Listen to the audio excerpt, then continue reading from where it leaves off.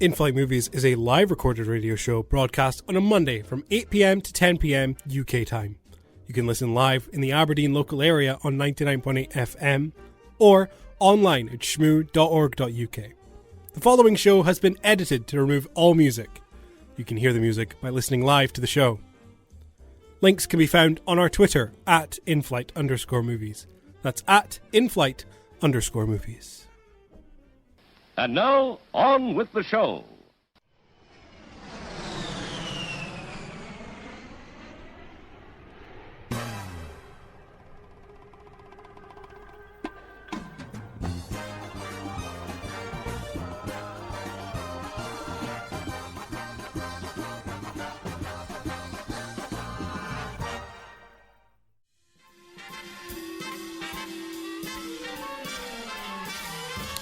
That's right, ladies and gentlemen. You are listening to In-Flight Movies here on Shmoo 99.8 FM. My name is Glenn, and with me, he's here. It's Ryan, my co-pilot. As always. This is your captain. As always. This is your Captain Glenn speaking, and I've done the intro in the wrong order. Have you? I don't know. Have I? No, I wouldn't say so. Who cares? I wouldn't say so. This is a free-form radio show. Yes, exactly. Yes, anything goes. Anything goes around these parts. You're listening to In-Flight Movies on Shmoo 99.8 FM. We are going to be taking you for the next 2 hours, talking about films, film news. We're going to be reviewing Spencer, the brand new Princess Diana film starring Kirsten Stewart. Ryan's got a couple other treats. We're even going to be talking about albums today. Yeah. We've got some in-flight music. We're switching it up a little, but we've got plenty more on the show for the next 2 hours, so if you stay tuned, we'd really appreciate it. If you want to get in contact with us at all throughout the show, you can tweet us at inflight_movies. That's at inflight_movies. Tweet us, what have you been seeing this week, what have you been up to, what you've been listening to, how you feeling, how you doing, all these good words, all these good feelings. Exactly. It's just what we need. I couldn't have said it better myself. You really couldn't have. You really, really couldn't have. And of course, what is a radio show without music? A bad one. Just kidding. Discussion shows are still good. We've got lots of music, as always, from the TV shows, movies, whatever it is we're talking about. This is Perfect Day by Scala and the Culkany Brothers. I would say so, yes. Colasini? What's this from? Good attempt. This is within the trailer for Spencer. This is the cover of Perfect Day. Well, over the trailer. Lovely. You'll get treated to this, and when you come back, we'll be straighting into the news. Yes. Straighting into the news. Perfect Day by Scala and the Culkany Brothers. We're gonna go for that and just stick with it. Featured in the trailer for the Princess Diana film Spencer, which we will be talking about later on in the show. Just gives you a little taste of what's to come. Yes. I've got the jazz on. Oh. That's really good, actually. It's not really good. It sounds like a MIDI file. It's terrible. This is the portion of the show where we like to discuss the news. Ryan, the news! Yes. The news. It's a big news week. Make the noise. Oh, boop, boop, boop, boop, boop, boop, boop. I wasn't on my ball there. You weren't? No. Get on your ball. Yeah. Yes, this is the news portion of the show, as you can hear by the aggressive rustling of paper. We like to discuss all the movie news that's been going on this week. My God. It's a full page? What? It's a full page. A full A4. Give or take. 2 lines? 2? Is that like 2 lines to you? Oh, apologies. It's like, hang on. 1, 2, 3, 4, 5, 6, 7, 8 if you count the big bottom one. Which we don't. 7 then. There we go. Ugh. So picky. Yes. Plenty of news this week. Starting off, Spider-Man. I can't escape him. Nope. We cannot escape Spider-Man. Never. Never. He's becoming the we villain don't even, of our lives. Who am I, J. Jonah? I don't want pictures of Spider-Man. No longer. Especially after seeing this recent one that got released. Oh, don't even get me started. So today, literally today, there's been 2 big pieces of Spider-Man news. Number 1 is that within the UK, Spider-Man has now been moved up. No. Yes, up. Yeah. It's been, release date has been moved up 2 days. Yes. So it now releases on the 15th of December, which is a Wednesday. Maybe, yeah. It's a Wednesday. So the film now releases on Wednesday, December 15th. Which is better, in it's a better. sense. I appreciate the fact that we're getting it earlier. That's like 4 weeks. 4 weeks and 2 days? Well, today is the 15th of November. So an exact month Yeah. from today, the Spider-Man film will release. Means that Kingsman gets his own day. Oh, finally! Which I don't think will a change whole anything. a whole day to appreciate the Kingsman. Yeah. God, ain't life just brilliant? I lied to you too. There's actually 3 pieces of Spider-Man news. Really? So the date has been moved up to the 15th. The second one is that there is a brand new poster that was released today as well. Absolutely garbage. Absolutely horrific poster. I can tell you now, Marvel's posters are usually pretty decent, okay? They're good. Except for every single Spider-Man official poster release. The new ones, at least. No, I feel even the old ones bad even as the well? Homecoming poster. No, I meant like Spider-Man OG, like Sam Oh Raimi. no, dude! I feel like they're good. Do you see how hard the Spider-Man 3 poster goes? Where it's like in the mirror of the mirror of the glass with the black suit. Oh my God, no! Amazing. Yeah, that's what I'm saying. No, they're I'm good. talking about Holland's. The new ones, The yes. Holland films are garbage with their Absolutely. posters. There has been one good poster, and it's the one where Spider-Man is lying down on his back in his varsity jacket, and you see the New York skyline. That's the was only a teaser That's trailer. that's a teaser poster. Yeah. The official Yeah, poster for poster even. Homecoming was terrible. The official poster for Spider-Man for Far From Home was also terrible. Yes. Right? This poster Is the worst one. is the worst one. It is terrible. I could have made this in 2 minutes. It cannot be the official poster. It is. No, It most certainly is. there has to be another one. I can't just It's accept shocking. this. It is shockingly bad. Yeah.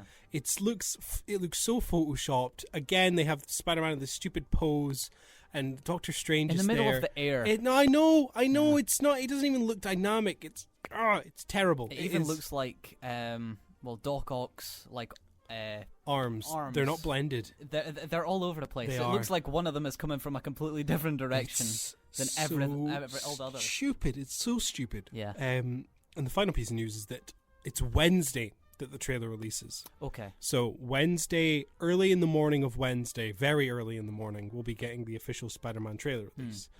We know this because the US is all saying that it releases Tuesday. Within the UK, it says it releases on Wednesday. So there's a time zone difference there. So Wednesday morning when you wake up, the first thing you'll see is a brand new trailer for Spider-Man Far From Home. No Way Home. No Way Home. Yeah. No Way Home. Well, that's good then. Yeah, which is always good to hear. It means tomorrow. This is actually not in the news, but I've just remembered it. The new Adam McKay film, Don't Look Up, I believe it's called, with Leonardo DiCaprio and Jennifer Lawrence. The trailer for that releases, well, they say it was Tuesday. So if we're actually getting it Tuesday, then that means that's going to be a full day for that trailer, and it's not going to be overshadowed by Spider-Man. So that's good to hear. Yeah. That's good to hear. But yeah, finally on Wednesday we'll get this is the official second trailer. And if I think rightly, we'll probably get some good reveals in this one.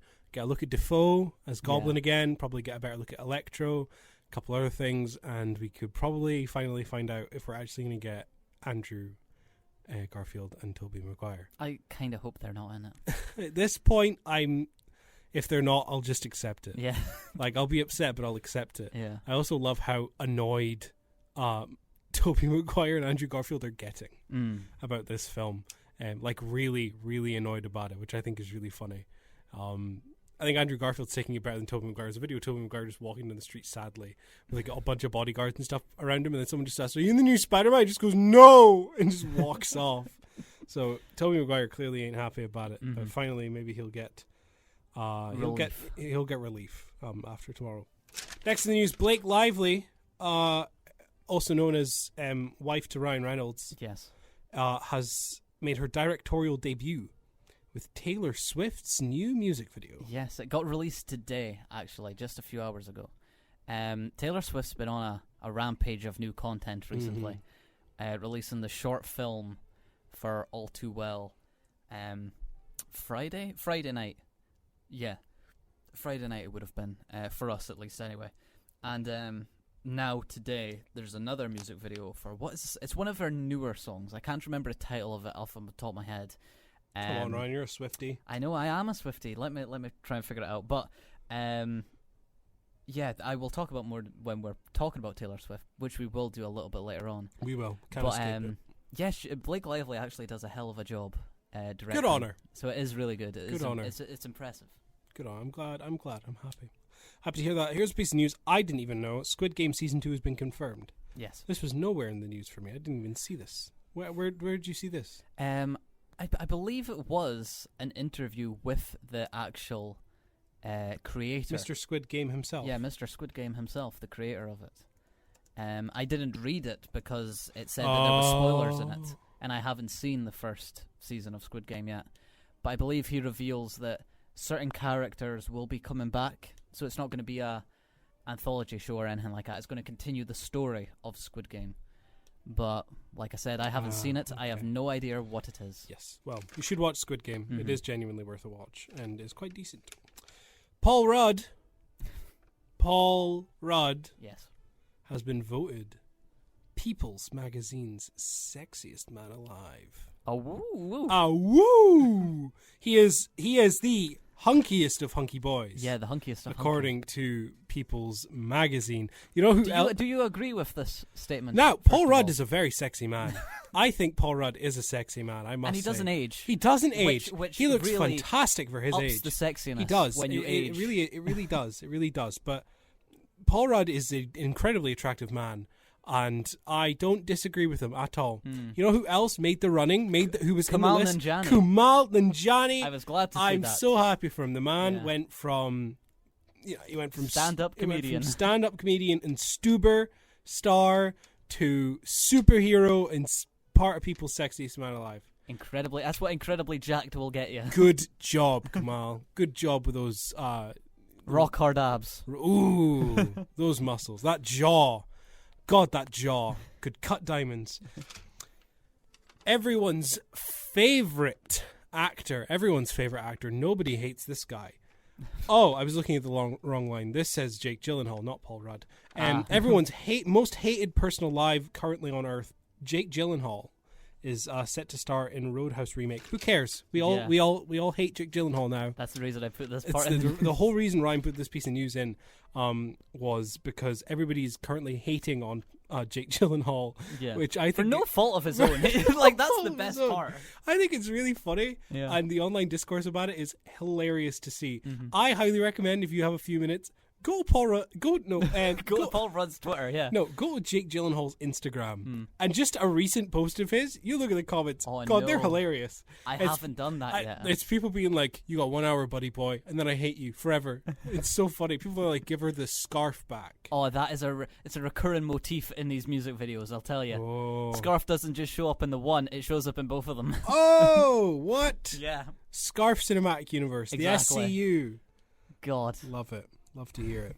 And our final piece of news for this news segment, we're going to split the news because there's also another really big piece of news that we're also going to cover in a bit.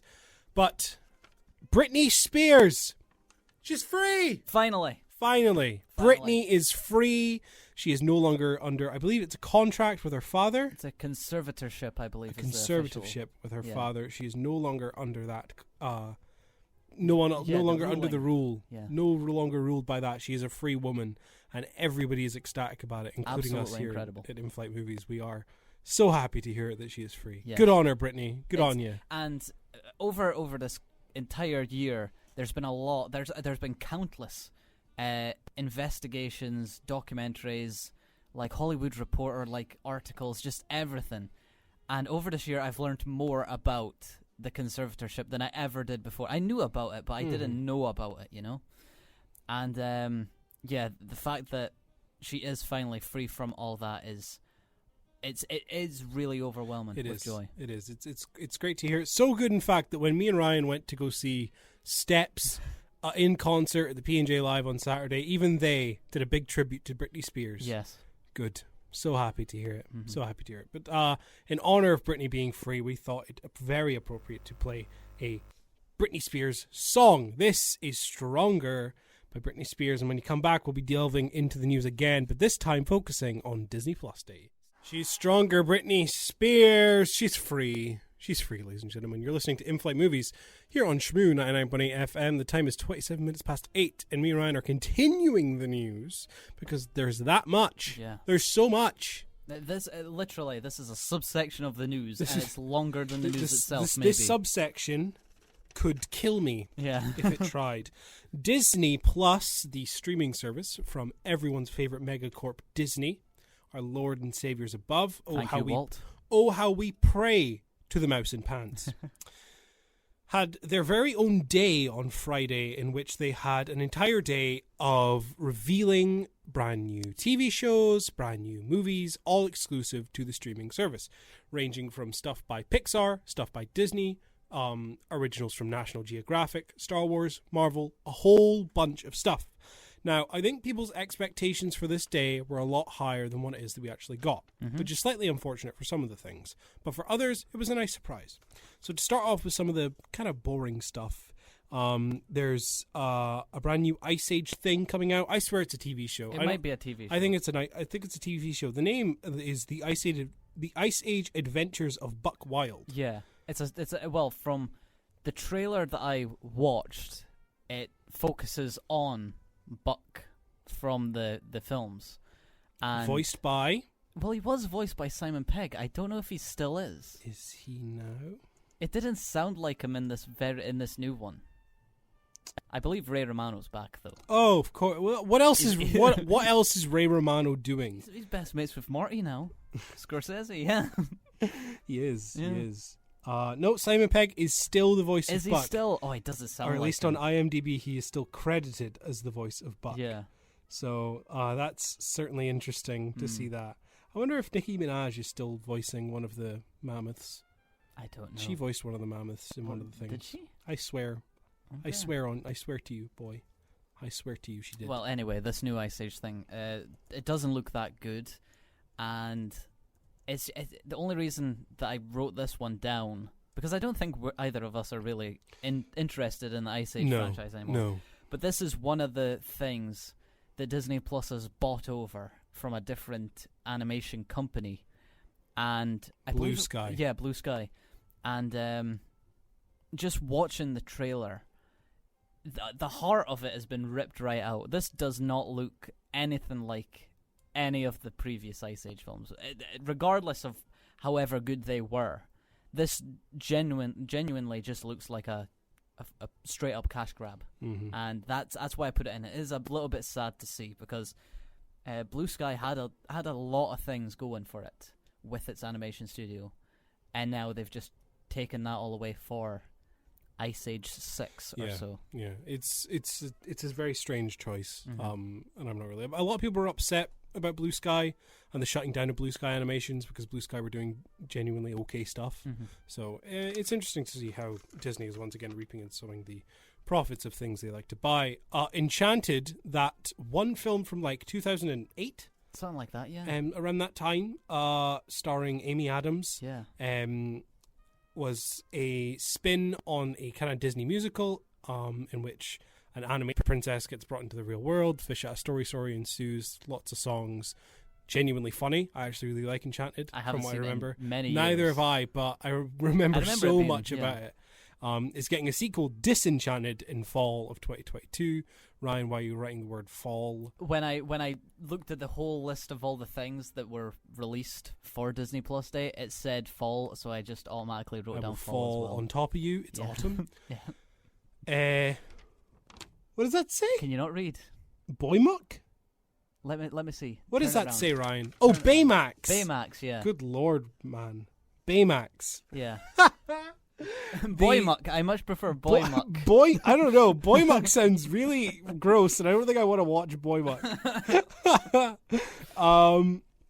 Yes, Baymax. A Baymax series is coming to Disney Plus.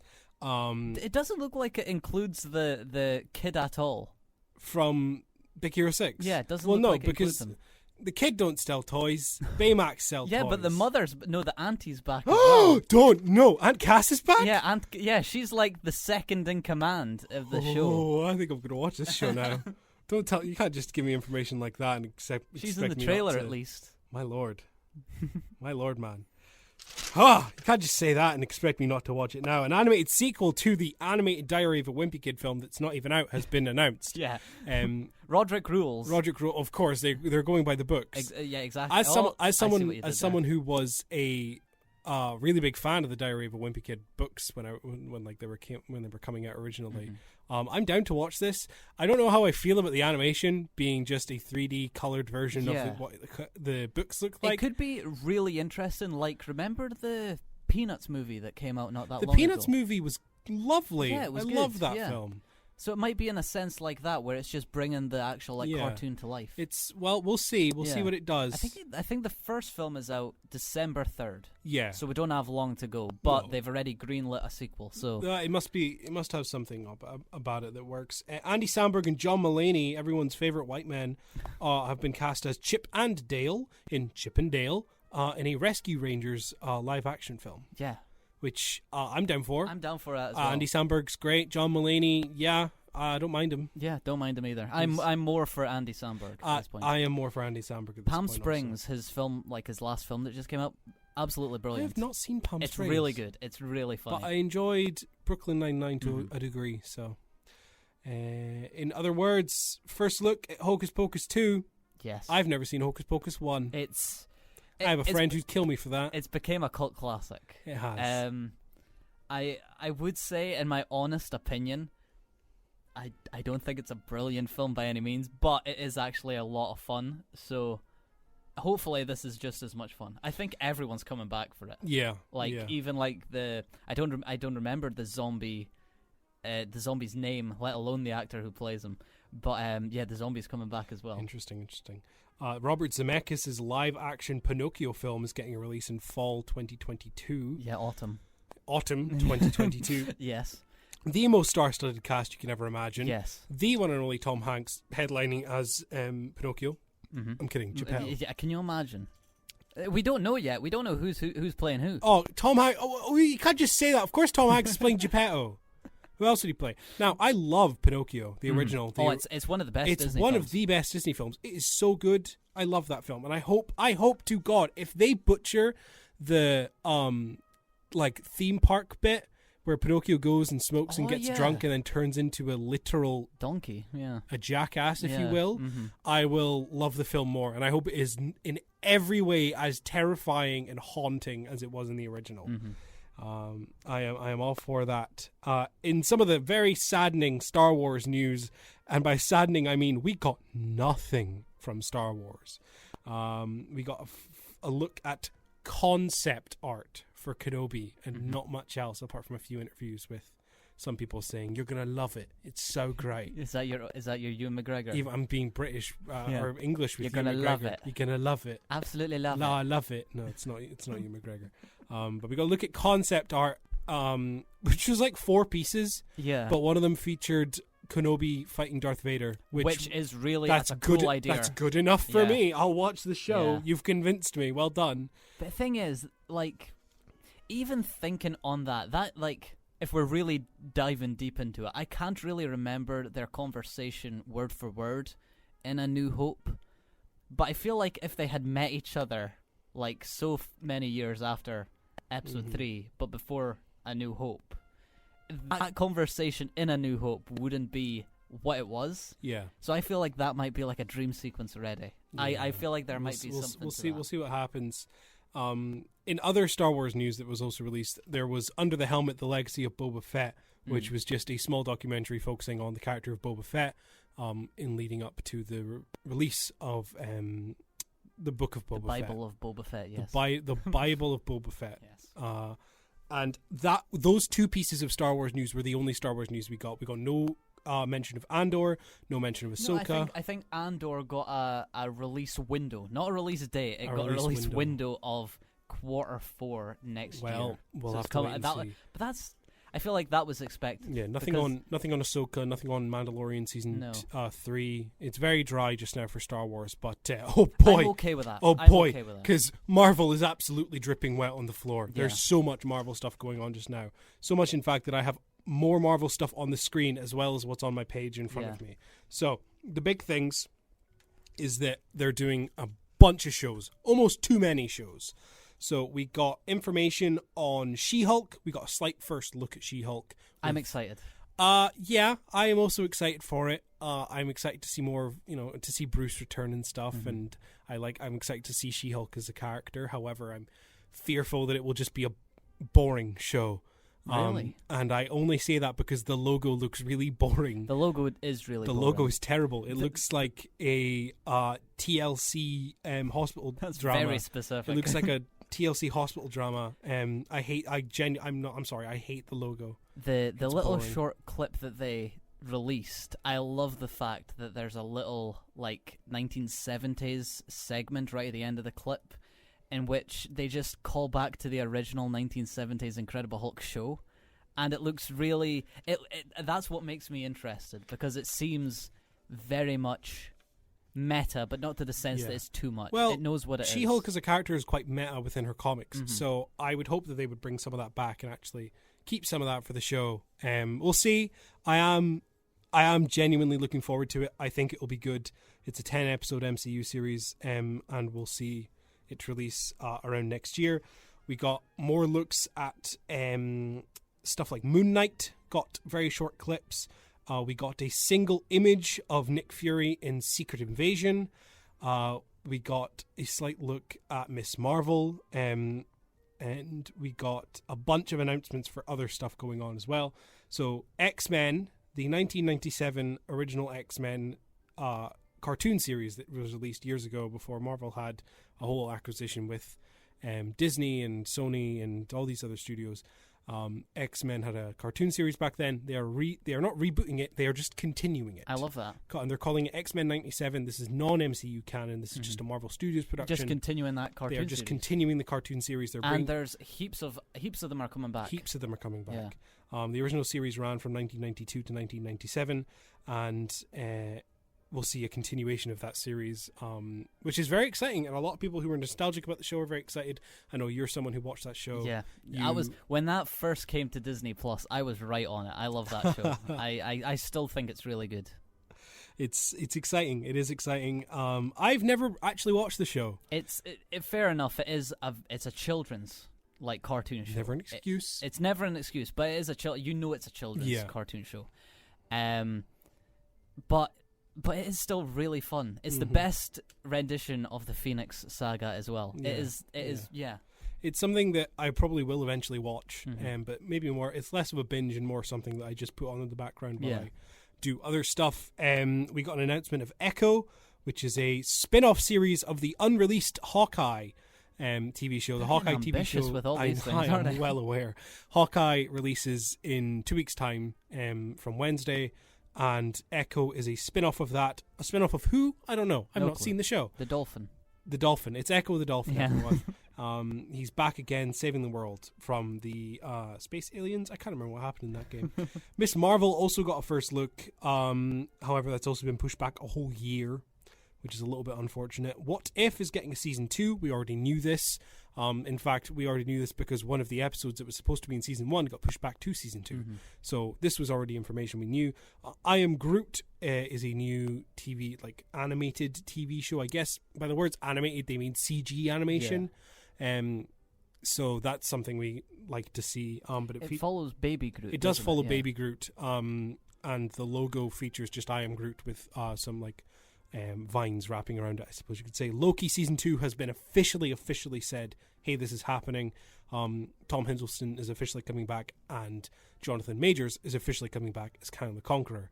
Officially, he's coming as Kang the Conqueror as well. This is his first Kang the Conqueror titled role, aside from Quantumania. So that's exciting to see what happens there. A WandaVision spin-off series, Agatha House of Harkness, has also been officially announced, starring Catherine Hahn. Sure, I don't know what they're going to do with that, but sure. I'll look forward to that. I look forward to that. Spider-Man Freshman Year is an animated series bringing back Spider-Man, I assume voiced by Tom Holland. Yeah, you'd think. And it is also MCU canon. So Freshman Year is officially an MCU canon show. What animation style they're going to go for, I actually don't know. I kind of hope they don't do the animation that they did for What If. I'd hope it was more a traditional 2D animation show. We'll have to wait and see. Disney's Ironheart got an official logo.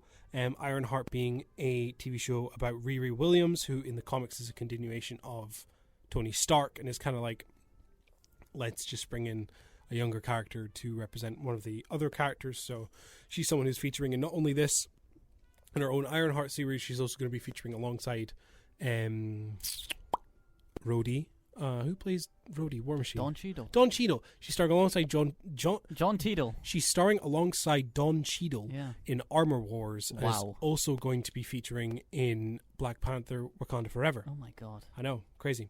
And finally, a Marvel Zombies TV show is also coming, also animated. Unsure if this is MCU canon or I not. wouldn't think so. But Zombies was already featured within an episode of What If, so that could just be a continuation of What If. It could just be a complete remake or a complete spin-off. I actually don't know. All I do know is that the logo they revealed is the exact same logo they have for the Marvel Zombies comic. Yeah. So that's interesting. And is that everything? There is actually more. Oh god. So there's more here that you didn't even put down. I'll quick fire through a few. Pixar's film Luca got a short film called Ciao Alberto, which was released Friday. It was. I haven't released on watched the it. day, yeah. I really want to watch it because I loved Luca a lot, so I want to be watching that. There's an upcoming series from Pixar for Disney Plus called Win or Lose, which looks to be about a softball team in their championship thing. I don't really know any much more about that. They're also teasing some documentaries and behind the scenes footage of both Lightyear and Turning Red, 2 new Pixar films which are coming out next year. Warwick Davis is appearing in a video promoting for the upcoming Willow. Disney Plus series Willow, which is the show is serving as a sequel to the 1988. It's a sequel. It's like a pseudo sequel to the 1988 fantasy film. Chris Hemsworth is getting his own National Geographic series called Limitless with Chris Hemsworth, which he is pushing the boundaries of physical human potential. A Cheaper by the Dozen reboot is coming along, starring Gabrielle Union and everyone's favorite boyfriend Zach Braff. Love Zach Braff. Baymax, as we mentioned, Diary of the Wimpy Kid, as we mentioned, there is a 3-part Beatles documentary called The Beatles Get Back, which is coming on November 25th. They are rebooting the original 2000s Disney Channel series, The Proud Family, calling it The Proud Family Louder and Prouder. Again, no clue. Didn't get exposed to that when I was younger. Better Nate Than Ever is a musical coming in autumn of 2022, starring Lisa Kudrow, who is the only real name on there that I am able to recognize. Welcome to Earth is a 6-part National Geographic Disney Plus documentary starring Will Smith. God, they've just got everyone, They have got everybody doing everything. February, this is the best one, best announcement, February 18th, 2022, Sneakerella. Yes, I did see this. Is coming to Disney Plus. How excited are you for Sneakerella? Oh, it's off the chain. It's Cinderella, but she wears sneakers. Yeah. It's so cool. It's so epic. I love the youth of today. Yes. High School Musical. That already feels dated by 10 years. It does. It really does. High School Musical, the musical, the series is officially coming back for season 3, also known as the Olivia Rodrigo Show. The Spiderwick Chronicles is coming to Disney Plus as a new original series based on the books. This is news, I suppose. Zootopia are getting their own short film series called Zootopia Plus, and a concept art for an upcoming Disney Plus series called Tiana, which follows Princess Tiana in a 2D animation style, is releasing 2023. And that is pretty much everything that was announced at Disney Plus Day. A lot. Yeah, you'll never have nothing to watch on Disney. You'll never have nothing to watch. Consume and consume and consume. All of the Marvel stuff has already made me tired of Marvel. I know. It's so much Marvel. All like the Disney stuff, fair enough. Some of it I won't watch. Sneakerella, I'll be there day one. Oh, of course. I wouldn't want to be day one anywhere else. Yeah, but like I'm fine with all that. But like Marvel stuff, that is far too much TV shows for. Considering they're like announcing things 2022, 2023, like region, that time period. If they're releasing all of these shows within that time, no, I can't do it. It's so much. And it's all TV shows as well. I kind of want more films. Yeah. Because films are much easier to consume. Yeah, very true. I understand TV shows allow you to flesh out your stories a lot more, but my God, just give me a movie.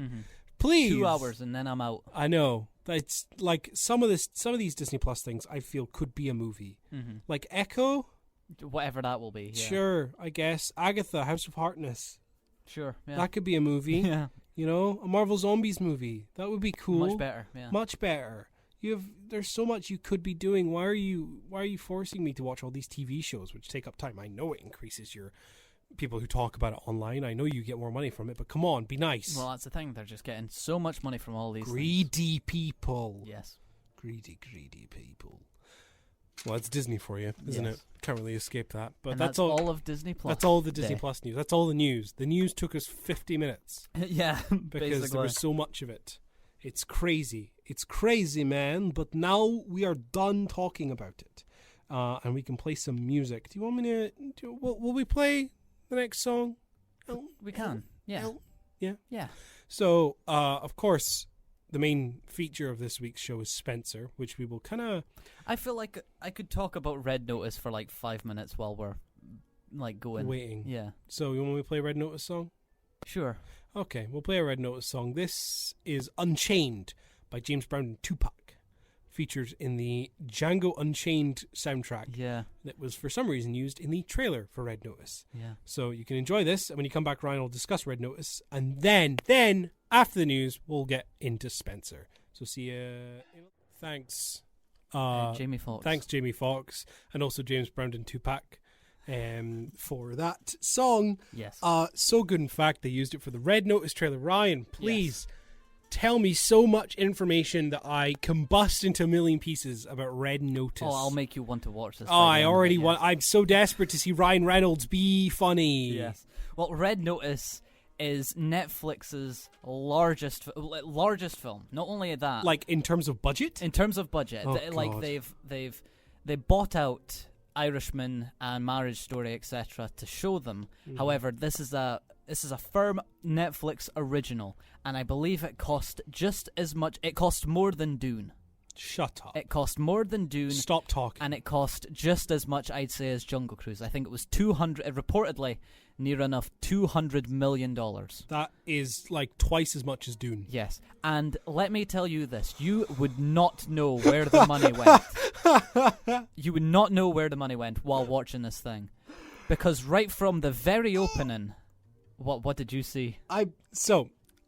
I like to do things, whenever we see a film, I always like to look at the directors and writers of each of these movies to try and get a feel for what else they've done, so I can get an understanding of what it is that, is being shown. The director of this film has made films that are also as bad, but also films that are considered quite good. So he made Skyscraper, the 2018 rock film. Central Intelligence, I believe, is Central Intelligence he made. We're the Millers, which was actually quite good. And he also made Dodgeball, a true underdog story. This is definitely in the realm of those films. However, instead of it being about an actual story, a la Dodgeball and We're the Millers, debatable if you like them or not, but if you do like them, you like them because the story is funny and they've got funny characters. This is just Dwayne Johnson and Ryan Reynolds being themselves, to the point where, I'm not even joking, near enough at the beginning of the film, Ryan Reynolds sits down and drinks aviation gin. Oh, of course he does. For like 2 minutes. And does oh yes, The Rock does have his Terramania Terramana tequila. Yes, that is in this film as well. Good. Well, that I can accept. Okay, Ryan Reynolds, you're pushing it, bud. Well, that's the thing. The you're tequila, pushing it. The tequila is literally only briefly seen. The Rock is, he's okay. He knows that he doesn't have to chill out and show this tequila on screen. It's just briefly there. That's because it's The Rock and it's Terramana. Exactly. Ryan Reynolds, however, the scene, it literally zooms in on the whole bottle of aviation gin as he pours it, and then he drinks it, and as the scene intercuts between different shots, the bottle changes so that in each shot you can see the label. I'm sure that's supposed to be a joke. Surely not, but I will say this is cliche to hell. Oh my god, they must know that this is bad. Maybe this was all a joke. Maybe the film is supposed to be a comedy. That would make sense. But honestly, there's moments in this film where Ryan Reynolds will say, oh, by the way, they are like con artists. Ryan Reynolds is a con artist, and Dwayne Johnson plays an FBI agent, and they have to team up to take down Gal Gadot, who's the bad guy, who wants all 3 of Cleopatra's golden eggs. That is the plot. I couldn't live without Cleopatra's golden eggs. Exactly. But it's basically imagine Tango and Cash, but not funny. Their chemistry between each other feels really wooden. This isn't as bad as Free Guy, but every single adventure movie cliche that you can think of, it's here, to the point where Ryan Reynolds at one moment in time hums the theme tune to Indiana Jones. We go globe-trotting all over the world. There's even Nazi bunkers in this film. Like, literally everything that you can think of that could be in this film is in this film. And it's all really boring. This film's 2 hours. I got an hour and a half through before I was bored to tears. My lord. This is the exact same runtime as Spencer, and this felt like the extended edition of Return of the King. Ooh. And I'm not even joking. Ooh. I did not enjoy it at all. The action scenes are so weightless. You know what I mean? Like, they're choreographed really well as well. Like, you watch and you're like, that took hours of planning, that did. Like, there's this, it opens up with Ryan Reynolds doing a very extravagant action scene on, like, scaffolding. And you're like, this took hours to choreograph. But Ryan Reynolds never once feels like he's out of breath or anything other than just going through the motions. It's so weightless. It's not good at all. Well. Ryan Reynolds at one moment says, "Oh, look for a crate that says MacGuffin." And I was like, I'm not watching this film. I was like, surely they know that this is as terrible as it is. And I think they do. But the thing is, this is probably, I actually think this is the most successful Netflix film. And there will be a sequel. There definitely will be a sequel. Pain. Pain is a word I would use to describe what I'm feeling right now. Not good. No, not good. Netflix, continue to buy out other films that are better than what you can make. Where the heck can you pull $200 million out of to make a film like that? Mm-hmm. I'm not watching it. Well, no. I might. No, I don't. No, think don't. No. Absolutely. No, not even for a joke. No, it's not funny. Oh, you're serious. My lord. Yes. My lord. Right. In about 2 minutes' time, you'll hear the news. And then when you come back, we will be talking about Spencer. Oh, a better film. A much better film. Don't you worry. We'll be talking about Spencer. And you'll get to hear all of that. And in the meantime, you'll have about, I'd say like a minute of Notorious B.I.G., which features in the film. Yes. And this is a clean version of it. Yes. So you can enjoy not hearing any swear words. It's intermission time, folks. So hurry, hurry, hurry. Step right over to our refreshment center for the most extravagant array of refreshment goodies ever assembled under one roof. Enjoy breathtaking, mouth-watering goodies. Everything from a snack to a delicious full meal. At our refreshment center, you'll find a large variety of goodies to satisfy your hunger, your thirst, or your sweet tooth. So hurry, hurry, hurry. Visit our refreshment center now. The show starts in 10 minutes. And now, on with the show. Welcome back, ladies and gentlemen. You are listening to In-Flight Movies here on Shmoo 99.8 FM. We're straight into the second half of our show. It's 6 minutes past 9, and we are reviewing Spencer, the brand new Princess Diana biop. It's a bit of a biopic. Fable kind of thing. Yeah. It's an interesting take. It's directed by Pablo Larraín, who previously directed Jackie, which was also another film about a very famous, popular female figure within history and politics. It stars... I've only written down 3 stars because they are the main named ones that you would probably recognize. They are Kristen Stewart, who plays Princess Diana, of course. You have Timothy Spall, who's playing a Lord of the Manor of Windsor House. And then you also have Sally Hawkins, who's playing Princess Diana's dresser. Mm-hmm. Those are the main 3 named actors who are within the film. However, I want to preface by saying that is in absolutely no way a disservice to the other actors within the film. Everybody within this film is fantastic. Yes. Everybody does a fantastic job with it. To a degree that I feel it's almost bad of me to not mention their names to at least some degree. Particularly the 2 young boys who are playing Harry and William. Mm-hmm. They both do tremendous jobs. Especially with what I've later found out. I was just telling you outside the studio. They're one of their main scenes is a scene where they are comforting Princess Diana with playing a Christmas game, basically, late at night one night. Yeah. And I will later found out that scene is highly improvised. Mm-hmm. Which is that is very impressive. Very impressive, not only for the two young boys who are playing William and Harry, but also to Kristen Stewart herself, who's playing Diana. They are Jack Nealon, who's playing William, and Freddie Spry, who's playing Harry. Also a shout out to Jack Farthing, who plays Prince Charles, who is also very good in this film. And also shout out to Sean Harris, star of the Mission Impossible films, as he plays Darren, who is the head chef for Windsor Castle.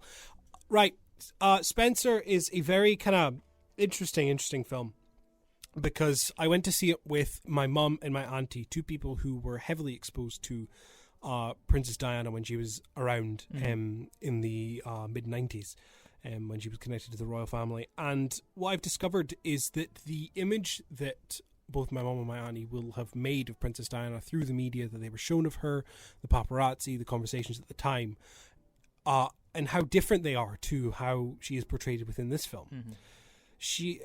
The way that Kristen Stewart plays Diana has been hailed as one of the most impressive and best performances of Diana that anyone has seen. I was checking some of the trivia on IMDb, because I like to do that every once in a while, and found out that her Princess Diana's own former bodyguard, Ken Worf, watched the film and said that her performance of Diana is just absolute perfection in the way that she speaks, her mannerisms, even her walk, which was something that my mum and my auntie commented on.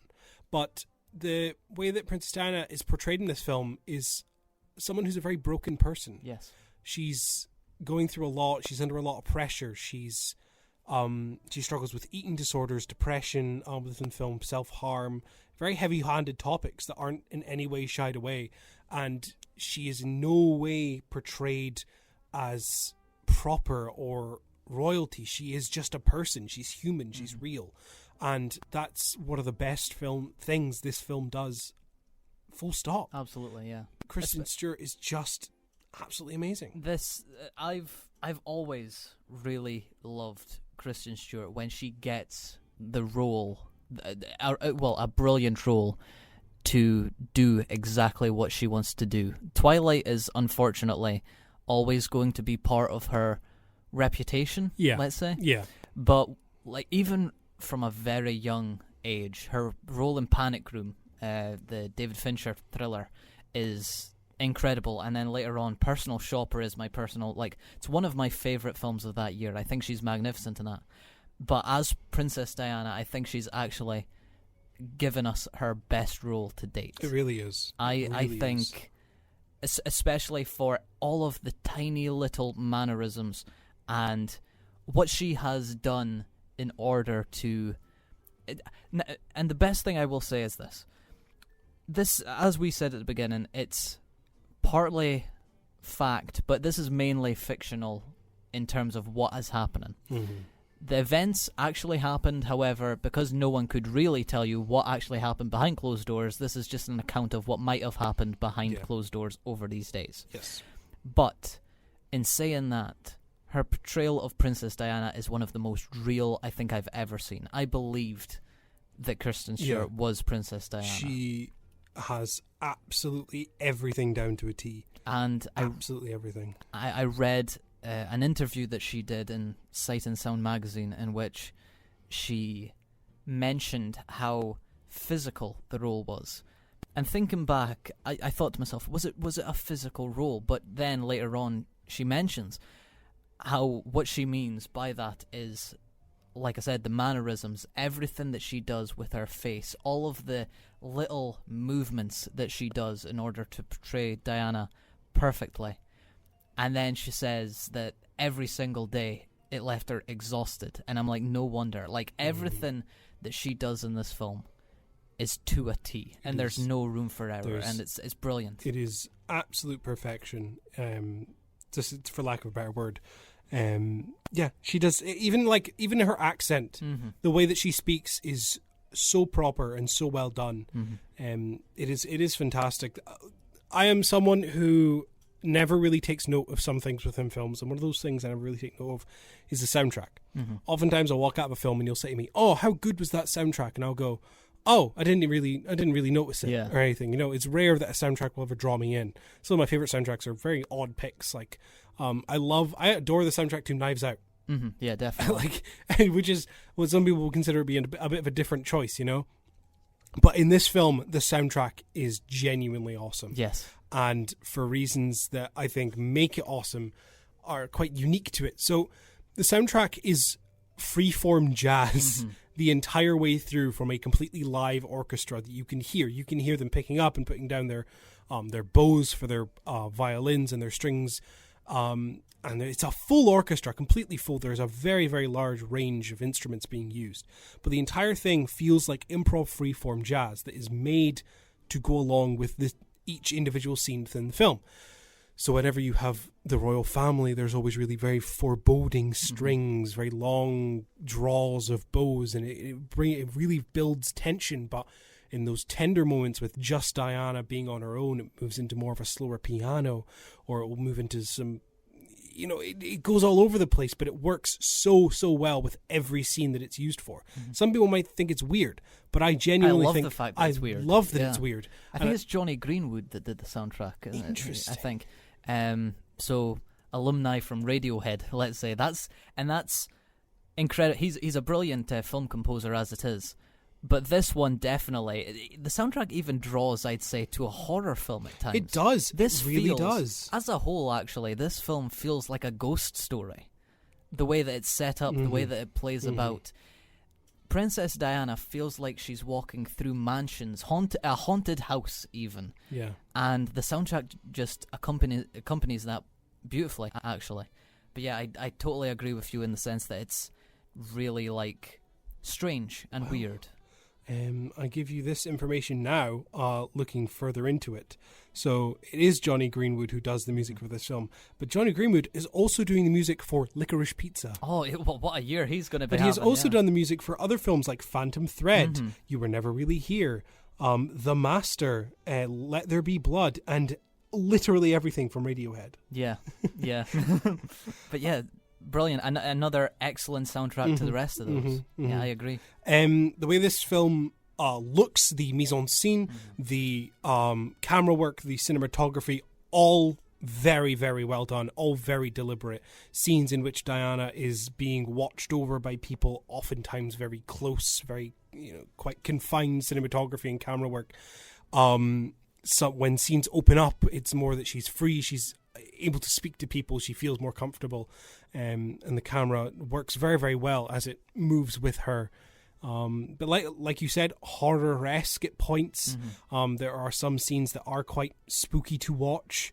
There's one scene involving soup and pearls that was quite brilliant. Yeah, hard to watch. There's many scenes in here. That's one of them that just have not left my mind since watching the film. And when a film has that effect over you, you know that it's done something right. But it definitely has that hint of horror.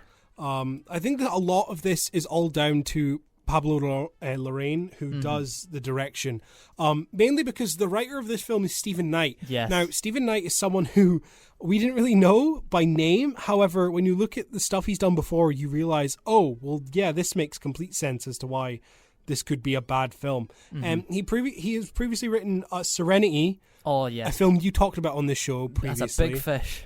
The Big Fish film. That's a big fish. The Big Fish film in which Matthew McConaughey... Yeah, Matthew McConaughey is trying to catch a fish, but then the twist... This is a few years old at this point, so I'm going to spoil it. I'm going to spoil it. But in Serenity, the twist is that he is actually a character in a video game that is being played by his son. Okay. Not a good film whatsoever. Very strange. And a terrible screenplay at that. He wrote that film. Yeah, exactly. However, he did the screenplay for The Girl in the Spider's Web. Also the worst girl movie. A really bad film. Yeah. But for some reason, Spencer is fantastic. And for that, I've actually wrote down on my notes that the screenplay could be read as very on the nose. And I feel like it could because... For example, as you mentioned at the very beginning, Kristen Stewart as Diana is like the only main character in this film. It's her film. The likes of Charles and the Queen even literally only get brief scenes There's and hardly any dialogue. There's one scene with Charles that is very dialogue heavy, but is a fantastic scene. It's one of the best. It's of one the of the year, best to see. It's thrilling. It is. It is a thrilling scene. It's a very, very good conversation. And the Queen gets one scene as well. Now, I don't want to bring in political opinions to this show, of course. I'd love to keep those out of there. But whenever a film touches upon them, I always feel it necessary to at least share how I feel about them. Now, as a Scottish person, my love for the royal family isn't exactly 100%. I'm not someone who is much of a royalist. In fact, I'm very much the opposite. I don't really think they are of much importance, if you will. Yes. But I'll leave it at that. However, you know, with Princess Diana and in relation to the royal family, there are a lot of theories and controversies and conspiracies as to what happened there, and of course the tragedy of her death and involvement from some people. But I think it's interesting the way they go about with the Queen, who is a very silent character within this film, apart from one scene in which she talks. And when she does talk, it's very well done. It's subtle, but it works to what we've heard from real life, especially in relation to Meghan Markle, who, upon watching this film, you realise how history has kind of repeated itself with how the royal family were supposedly treating Meghan Markle during her time as part of the family when she married Harry. So I think it's very interesting to see where this film is pulling its information from. One of the first thoughts I had when it came out was, I wonder what Harry and William think. Yes, I am very curious at how the entire royal family take this film, actually. Well, Harry and William seem to be the only ones who I think would watch this and say anything on it. Charles wouldn't say a word. No, absolutely not. Queenie is too busy. Lizzie's too busy with her back going on just now. So she, you don't want to sit her up and make her watch a film. No, of course not. But Charles wouldn't say a word. No. But then what they do with the rest of the royal family in this film, they literally don't even look at them. No, and I think don't. that's a very, very strong choice with that, because it makes it impact so much more. And it goes with the idea of a ghost story in which there's just this overwhelming sense of not even threat, but just a looming nature that irks throughout the house, because there's all these characters that literally do not get anything. You don't, in a sense, they're not even named. I love the fact that there's one scene in this film in which Princess Diana has just went to church for Christmas Day with the rest of the royal family, and who shows up at the church but Camilla. But Camilla is never once mentioned. Her name is never mentioned throughout the entire film. And little parts like that, you're like, this has been effectively communicated through every inch of not just the screenplay, but also the direction of, well, we're not going to make it the royal family film. We're not going to do that. This is Princess Diana's film.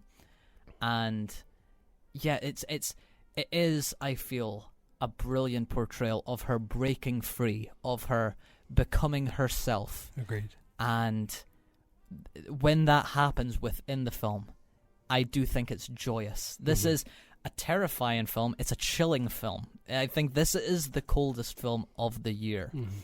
But when that eventually gets put through that this is a film about Princess Diana finally escaping what she was put through, then it just becomes absolutely incredible. Spencer, everyone, if you are someone who was exposed to Princess Diana, is fond of Princess Diana, and thinks this will be a Princess Diana biopic, please don't go in with those expectations. Yes. This is not. It's very different. This is a fabled tale of Princess Diana as a person, as a character, and what she went through in her time with the royal family. Of course, there are things that are fabricated within this story, but you have to take that with a grain of salt. And, who knows how fabricated they really are. Exactly. This could be all set in reality. This could all be fake. We don't know. But that's the point. It's all open to interpretation. The emotions are definitely there. The emotions are there. The emotions are real. And it never once lets its mask slip. And it never once tries to convince you the film is going to be anything else. It is what it is. It does it well.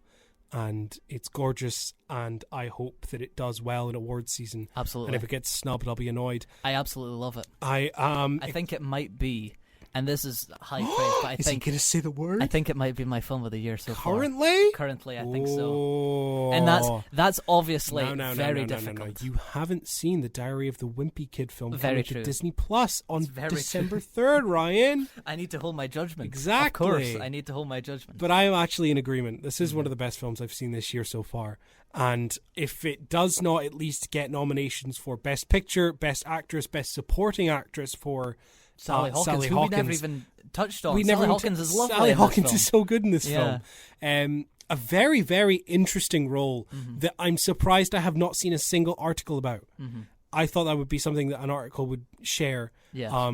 But I love what they do with her, and she is a highlight of the film in terms of supporting cast. So I would love to see her get a nomination or even a consideration for supporting actress, for costume, for cinematography. I'd love to see that too. The costume design. The costume is so good. I mean, if you loved Diana for the sheer beauty of her and everything that she wore, everything, it is gorgeous. This is gorgeous. It is gorgeous to look at. It is beautiful, and the costumes are like a central point within the film as well. In the same way that a film like Phantom Thread does well for its costumes because they're a pivotal role within the film, so is this. Yes. So is this. I'd love to see it get a nomination for soundtrack. Whether that'll happen, I'm not sure. They might pick a more conventional choice. However, I'd love to see it at least get a nomination. This is genuinely one of the best films this year, and please check it out and make sure that you are going to see it, because it's worth your time. Yes, it is definitely worth your time. And so to play us out of talking about all this, pardon me. Pardon you. That's my coffee coming back up right before the show. And we're back to regular viewing. We're going to play you a song by Mike and the Mechanics. This is All I Need Is a Miracle, features within the film near the end. So a nice little song for you.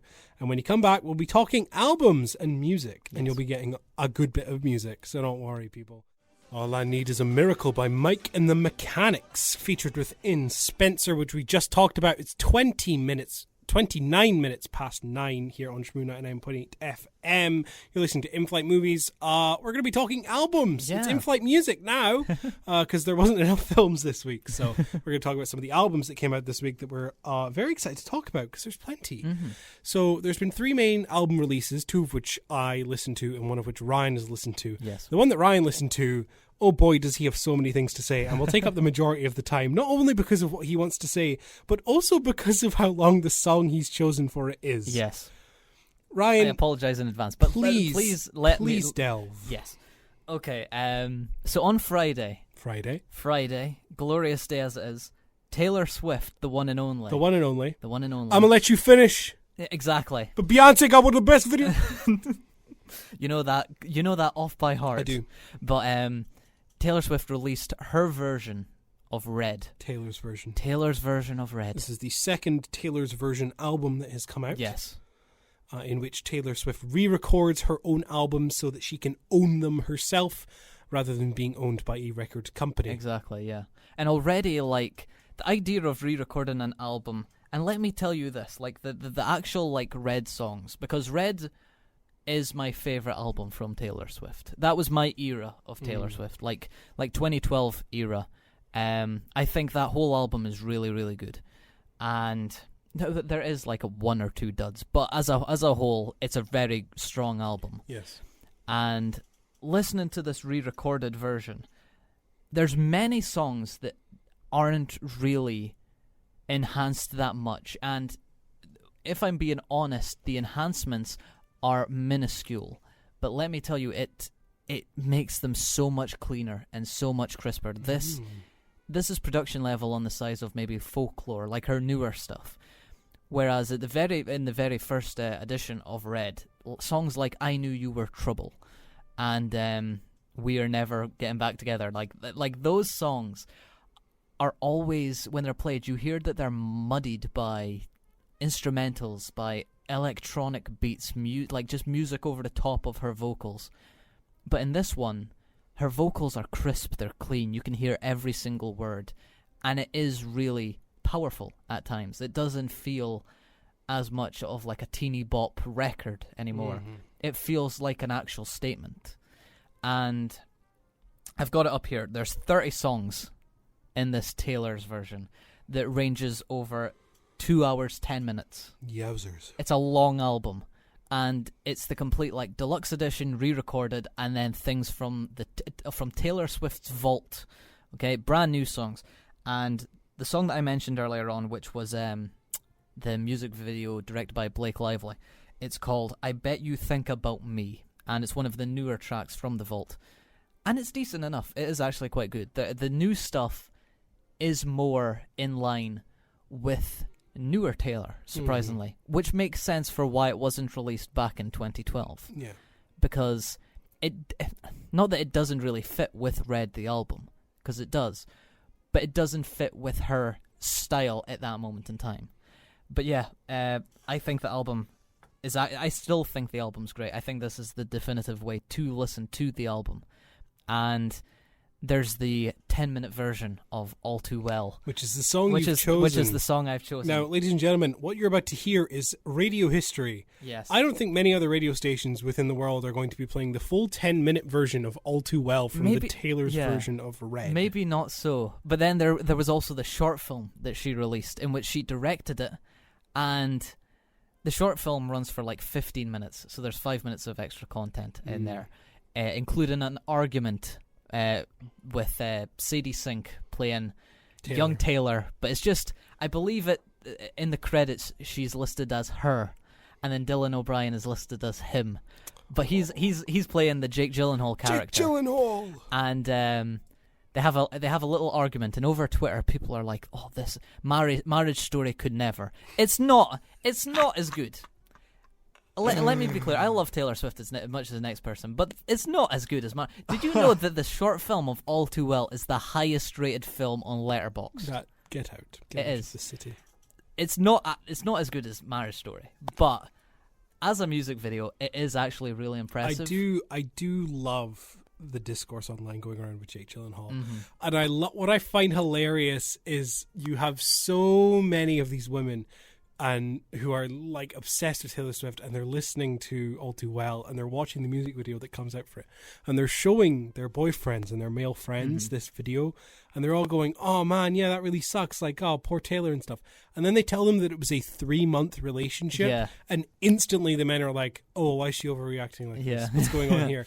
There was I've seen many TikToks about it, and there's been one girl who was like, he was all for Taylor, and then I told him it was 3 months, and now he's gaslighting her, which is just so funny to me. There's a lot of that. There's stuff a lot of that Twitter, stuff going on. There's people saying like the urge to take Jake Gyllenhaal's side simply because I want to is very strong, which I think is hilarious too. Of course, but on this show we dislike Jake Gyllenhaal. Of course, if we ever got the opportunity to interview the man, I would I'd love him. I would jump at the chance and shake his hand and call him a nice man. But I hate his guts now for no other reason than Taylor told me to. Yes. So I'm gonna go with her. She's done me no wrong. You did the guilty, Jake Gyllenhaal. Exactly. You deserve it. Yes. Yes. What is it? 10 minutes to return the scarf. In the time that we finish All Too Well, he better have returned the scarf. You better get it back, buddy, or else we're not going to be happy with you. God. But speaking of that, we're going to now play you the full 10-minute version of All Too Well by Taylor Swift from Taylor's version of Red. Please enjoy. This is my first time hearing it. See ya in 10 whole minutes. Can't believe we're doing this. But I enjoyed that. Yeah. I liked that, actually. That kind of makes me want to go listen to the album and hear more. Yeah. Like I said to you, it doesn't necessarily feel like 10 minutes, I don't think. Like, normally when you hear a very long song, and it could be just for me, maybe many people were like, that was far too long. Yeah. And that's understandable. But for me, you normally have that little segment where it's just instrumental and it goes for 4 minutes or so. But that is a complete 10-minute song that goes through a story. And I think for that reason it passes by a lot quicker. But anyway, I think it's good. I like it. It is good. Now, I get to speak about 2 albums that I've been listening to this week. Also, Please go for it. Also that released on Friday. So the first one I'll speak about is from the UK punk band Idols, who have been on an absolute roll these past few years with some of their albums. This is their 4th studio album. This is Crawl. I'm going to get their page up just so I can make sure I've got all the right information, all the right names and stuff. I've been a fan of Idols for some year now, about a good year. Yeah. So not that long. However, I got into them around the time of Joy is an Act of Resistance. However, I really got into them when they released Ultra Mono. Now, Ultra Mono was their last album, came out in 2020. Joy as an Act of Resistance came out in 2018. And of course, their first album, Brutalism, came out in 2016. So they'll only go for about 5 odd years. However, they've really, really made a name for themselves as probably one of the best punk bands going. Their sound, their voice, the songs they make are not only classic punk, anarchy, politics, left-wing kind of stuff, but it's just so good. It's raw, it's grungy, it's just punchy. It makes you want to get up and just scream the lyrics out like as loud as you can. And I love their work. Please, I implore you, go listen to Joy as an Act of Resistance. It is one of the best albums of the past few years. And Ultra Mono as well, also fantastic. Both really, really worth a listen. But this is their brand new album. This is Crawl. Or Crawler. It's called Crawler. There's a song called Crawl. There's on it, I believe. a song called Crawl, but yeah. the album is called Crawler, released very, very recently, and is a bit of a side thing for them. Crawler is different to their previous stuff, whereas Brutalism, Joy is an Act of Resistance, and Ultra Mono are all very punky, very classic UK punk kind of stuff. Crawler is much more taken aback. It's more experimental. It's a little slower. It's not as punchy. It's trying to be more, I guess, emotive would be the word that I would use. It's only 14 tracks. It's only 45 minutes long, and only probably about 2 of them, 2 or 3 songs out of the whole thing would be what you would expect to hear on stuff like their previous albums. But everything else on here is much more slower paced and has a different feel from what they've done before. But it's all still really, really good, and the album itself is also really, really good. I think people will maybe dislike it a little bit more than their previous stuff because it's not the same. However, I think I appreciate the album more for that. And the idea of like in a few years it might be reassessed exactly as its own self. Exactly. But it's certainly one that I would recommend to anybody who thinks they like punk stuff. If you don't know Idols, don't know what you're doing, they are the ones to be listening to just now. If they'd released more stuff like this, would you be happy with that? Yeah, I would. Yeah. I like seeing interesting stuff from them. I like them as a band. And it's not as if they make one album in one style that's really good and then do something completely different for 5 albums. They've done 3 albums that are all really good punk. So them experimenting now is perfectly fine. Because if you want more punk, go listen to their other albums because there's plenty there. Exactly, yeah. So I'm in no way annoyed at this, and I'm in fact embracing it completely. I think it's a great detour from what they've been doing, and it's worth a listen. And the other album that I've been listening to this week is An Evening with Silk Sonic. Now, Silk Sonic are a duo comprised of Bruno Mars and Anderson .Paak, 2 very pronounced singers within their own right. Bruno Mars more so than Anderson .Paak, I think, but both very, very good singers.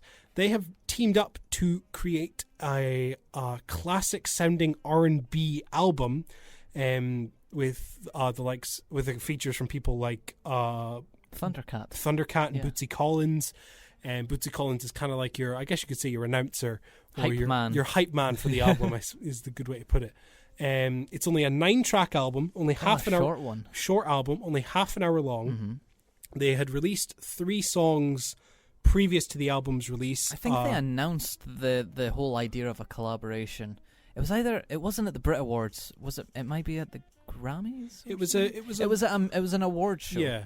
But they released Leave the Door Open as their first single, and then they released Skate, and then they released Smoking Out the Window, which was their recent one just a week before the album actually came out in order to comprise hype for it. But this is a really, really, really good album. For what it is, for being only 30 minutes long, basically every song hits very well. There's only one song on it that I'm a little bit iffy on, but then everything else is fantastic. Yeah. And is in each in their own way stylized, smooth, sounding fantastic. Both Bruno Mars and Anderson .Paak have fantastic vocals.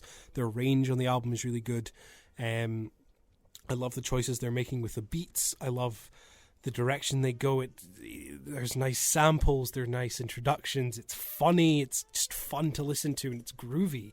And well, that's the thing. From the brief parts that I have actually heard of it, this does sound like exactly what they're setting out to do. And that's make a old school, not disco, but like R&B, like vibe album. It is. It really is. And for that idea, that what I've briefly heard, I think they nail it. Oh, like it is actually really it's funky. nail on the head. And I really hope they keep doing this, and it's not just a one-time thing. With Bruno Mars, like I know Bruno Mars' stuff quite, not well, but like Bruno Mars is very popular. Yes. And I mean, if it's not like his original stuff way back when, like what, Grenade and all that, like pop stuff, or 24 Karat Magic. Yeah. Like this feels and sounds very different from him, but it still does have that little vibe of Bruno Mars in it. And I feel like that's a good thing. Like it's not a Bruno Mars album. No. Really. This is completely different. This is completely Silk Sonic, as you would say. It is. And I love that about it, and I appreciate the album a lot for that. Please check it out if you have the time. All of the songs are great on it. Unfortunately, there are some we can't play because they are explicit. My favorites including Smoking Out the Window and After Last Night, both fantastic. And this one that we are going to be playing, called Put On a Smile, is one of the slower ones on the album, but the other songs I mentioned are very more upbeat.